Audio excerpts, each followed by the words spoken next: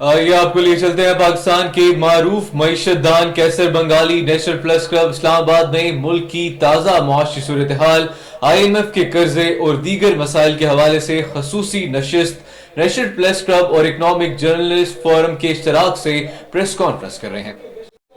میرا آپ کے سامنے آنے کا یہ ہے، ہم سب مل کے جو بھی عمل کرنا ہے کریں تاکہ معیشت کو اور ملک کو ہم سیدھے راستے پہ لا سکیں۔ جب سے یہ IMF کا اگریمنٹ ہوا ہے ہمارا $7 ارب کا، کچھ ماحول ایسا ہے کہ سب ٹھیک ہو گیا اور معیشت پہ جو ہے لوگوں کے ذہنوں پہ پریشانی تھی وہ بھی چل گئی، کیونکہ انفلیشن بھی کم ہو گیا، اسٹاک مارکیٹ بھی بڑھ گیا، تو سب کچھ ٹھیک ہے۔ لیکن یہ علامتی ہے اور یہ وقتی ہے۔ ابھی آپ بتا رہے تھے کہ چاول کی ایکسپورٹ ہماری بڑھ گئی ہے۔ چاول کی ایکسپورٹ اس لیے بڑھی ہے کہ انڈیا نے اپنے چاول کی ایکسپورٹ پہ بین لگا دیا۔ مارکیٹ اوپن تھا، ہم نے چاول ایکسپورٹ کیا، اب انہوں نے بین ہٹا دیا ہے، وہ جو ہمارا اضافی ایکسپورٹ ہے وہ نہیں ہوگا۔ تو وقتی طور پہ جو نمبرز آتے جاتے ہیں وہ معیشت کی صحت کی عکاسی نہیں کرتے، ہمیں اس کو ذرا تھوڑا تفصیل سے دیکھنا چاہیے۔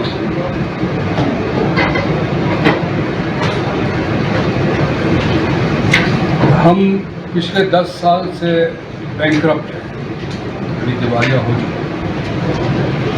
دیوالیے کی ڈیفینیشن یہ ہے کہ میں قرضہ لوں کسی سے اور واپس نہ کر سکوں تو میں دیوالیہ ہوں۔ ہم اپنے قرضے واپس نہیں کر سکتے اور اس موڑ پہ پہنچے ہیں کہ قرضہ ہم جتنا بھی لیتے ہیں قرضہ واپس کرنے کے لیے لیتے ہیں۔ $1 بھی کسی ترقی کے کام کے لیے نہیں ہے، اس لیے کہ وہ عمل ترقی کا، روزگار دینے کا، غربت ختم کرنے کا، ایکسپورٹ بڑھانے کا، کارخانے لگانے کا، صحت اور تعلیم کی سہولتیں میں ایکسپینڈ کرنے کا، وہ اس وقت سارا بند ہو گیا ہے۔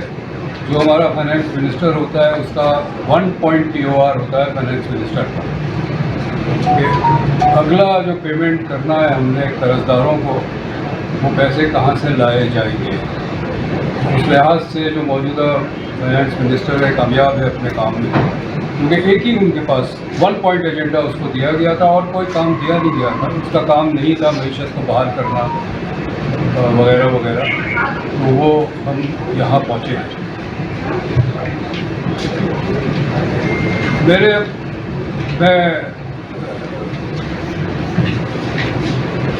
کمیٹی بنائی حکومت نے مئی میں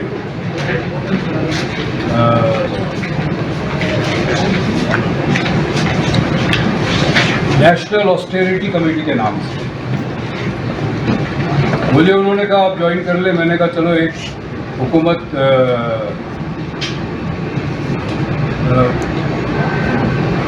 سیریس لگ رہی ہے کہ کچھ ہوگا۔